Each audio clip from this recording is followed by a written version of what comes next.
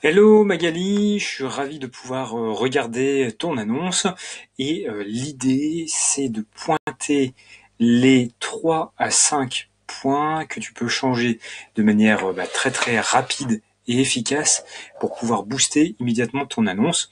Et après, là c'est très spécifique à ton annonce en particulier, au moment T en particulier où on fait l'analyse. Et après, tu auras toutes les clés pour approfondir énormément ces stratégies avec la méthode annonce en or pour pouvoir pousser les points que je vais te dire pour pouvoir les améliorer au mieux et puis pour améliorer ton annonce d'une manière générale pour pouvoir la faire remonter très très fort dans les résultats de recherche, y compris pour ce qui concerne ton site web qu'on va regarder également.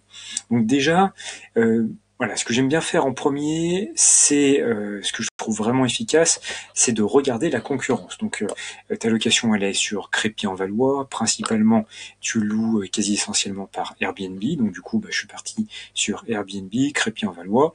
J'ai tapé des dates, où il n'y a pas trop d'affluence pour avoir un maximum d'hébergement. Et donc je regarde un peu ce qui se passe. Ce que je me rends compte, c'est qu'il n'y a pas non plus des masses et des masses d'annonces. Voilà, il y a des ordres de prix très variables, ce qui n'est pas forcément le plus important. Donc ton annonce se situe dans une fourchette plutôt haute. Donc il faut que l'annonce soit vraiment agréable à regarder et qu'elle attire vraiment le regard. Donc si je regarde un petit peu les annonces qui sortent, voilà, je vois des choses assez basiques quand même, hein, des photos qui sont pas travaillées du tout, voilà, qui sont pas professionnelles. Même les appartes, voilà, identifiés perles rares, on retrouve des titres absolument pas spécifiques, donc ça sent plutôt bon au niveau de la concurrence. Ça veut pas dire qu'il faut faire une annonce médiocre, mais ça veut dire qu'il va être relativement aisé de se positionner parmi les premières annonces. Donc je redescends, et donc là je vois deux annonces qui attirent le regard parce qu'elles se différencient au niveau des photos. C'est la Maison du Parc et ton annonce en tant que telle. Donc déjà, première remarque, le choix de photos que tu as fait en premier d'un intérieur, c'est plutôt quelque chose qui attire le regard parce que c'est différent du reste. Les autres ont plutôt des photos de chambre ou des photos de maison en tant que telles, donc ça attire le regard, donc c'est plutôt positif. On a une autre photo qui attire vraiment le regard ici, avec une vue sur le château de Pierrefonds, qui donne vraiment envie de cliquer pour y aller. Donc c'est ce genre de choses qu'il faut rechercher absolument. Donc une fois qu'on a regardé un peu la concurrence qu'il y a, on va regarder aussi le nombre de commentaires pour voir si Airbnb est a priori une bonne plateforme pour louer. Voilà, on a une annonce avec 112 commentaires, sinon une trentaine.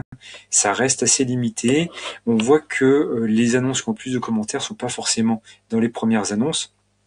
Ceci dit, au passage, ça tord le coup voilà, de l'option super host, de l'option nombre de commentaires, fidélité à Airbnb.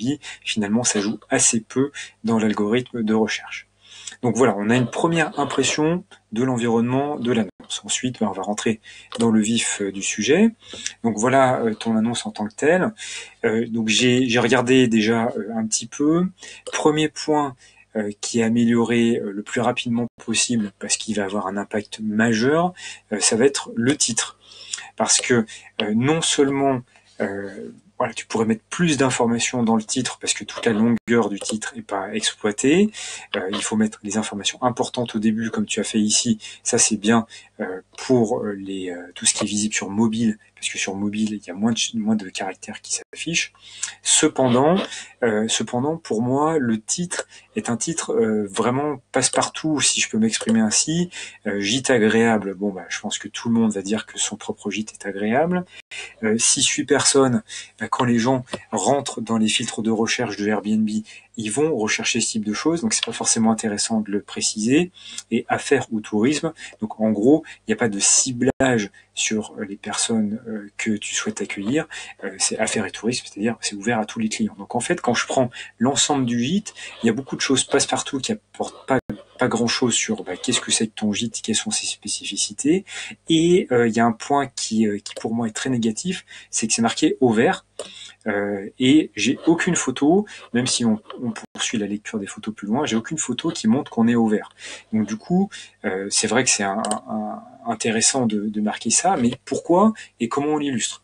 Donc moi j'en conclus de ton positionnement par rapport aux commentaires que je vois, par rapport aux concurrents et par rapport à la situation géographique du bien, que tu as remarqué que la clientèle principale de ton gîte, ça va être des gens venus de Paris, voire d'autres grandes villes périphériques, qui souhaitent prendre un peu de temps au vert, c'est-à-dire à l'écart de tout, pour visiter une très belle région, et donc ils vont louer ton gîte pour ça. Donc du coup, le ciblage le plus pertinent me semble effectivement de parler de quelque chose de vert et de cibler sur le tourisme. Ensuite, par rapport à ce ciblage que tu as choisi, il faut mettre en avant les atouts de ton gîte dans le titre. Donc au lieu de mettre gîte agréable au vert 6-8 personnes d'affaires ou de tourisme, dans cette logique-là, on va mettre quelque chose comme idéalement situé au cœur de l'Oise, au vert et au calme. Tu vois, ça change beaucoup de choses parce que on sort du passe-partout et on donne des avantages pour les locataires. Pour essayer d'aller plus loin dans les avantages qu'on donne aux locataires, ce qu'on peut commencer à faire, hein, au-delà des outils que tu vas avoir dans la méthode annonce en or, les premières réflexions qu'on peut avoir, c'est d'aller voir les commentaires que tu as eu. Donc là, il n'y en a pas forcément beaucoup. Donc ces deux-là, ils disent que c'est super, très bien, mais ça apporte pas grand-chose. Par contre, celui-là est vraiment bien parce que il dit avec les mots des locataires ce qui est intéressant pour eux. Donc le gîte est agréable et fonctionnel à proximité des principales attractions touristiques et culturelles du Valois. Magali est une hôtesse très accueillante. Donc du coup, transformer ça en titre, ça donnerait gîte au vert idéalement situé, accueil chaleureux. Tu vois, pour vraiment mettre en avant ta philosophie de la location saisonnière qui t'est personnelle et ce qui va attirer les locataires. Ensuite, si je passe aux photos, là c'est un deuxième point, même un troisième point très important que tu vas pouvoir modifier rapidement pour avoir un impact beaucoup plus fort, c'est l'enchaînement des photos et l'arrangement des photos. Donc on a vu que ta première photo est pas forcément mauvaise parce que elle attire le regard. Donc moi personnellement, je la travaillerai un peu plus. Voilà, toutes tes photos sont prises sous un angle qui lui donne un aspect un petit peu froid. Il y a du bleu et du gris qui prédominent. Donc je retravaillerai les photos en mettant un filtre photo chaud.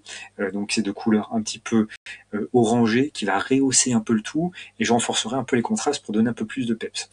Après, ce qui m'embête un peu dans cette photo, c'est qu'il faudrait la recadrer pour gommer ce petit bout de canapé qui dépasse, parce que ça va attirer le regard, et on regarde que ça finalement, on fait pas vraiment attention au reste.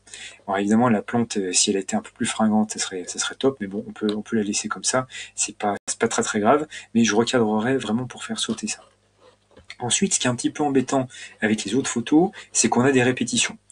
Si l'œil est attiré par tout ce qui est différent et tout ce qui se ressemble. Donc là, du premier coup d'œil, qu'est-ce qu'on voit? On voit que là, on a les chaises du salon qu'on retrouve ici, qu'on retrouve ici. Donc on se dit, c'est une maison pour 6 personnes, mais en fait, elle a l'air toute petite parce qu'on voit tout le temps la même chose.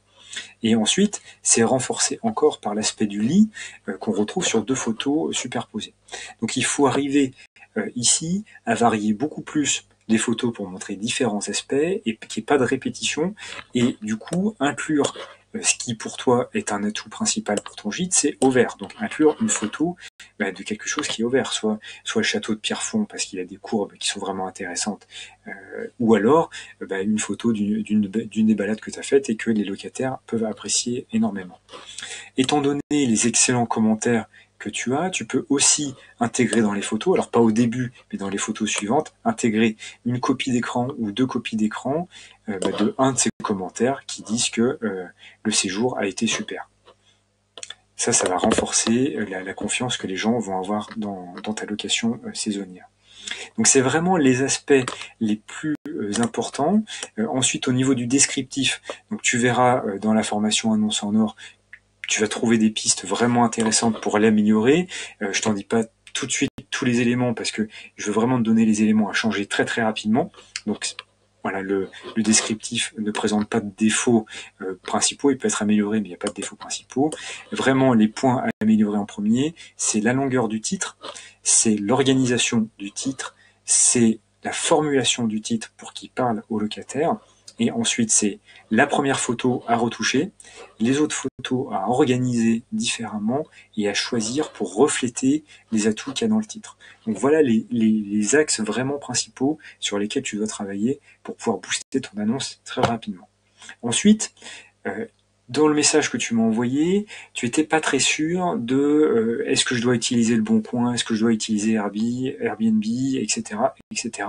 Je vais te montrer comment faire très simplement pour faire tes arbitrages et trouver sur quel site tu vas pouvoir te positionner. Donc c'est un outil qui est extrêmement puissant et qui va te permettre de choisir instantanément les 3 à 4 sites sur lesquels tu dois être présent pour pouvoir louer un maximum, et tu vas pouvoir le faire fonctionner régulièrement, tous les 3 mois, tous les 6 mois, pour pouvoir revoir ce positionnement.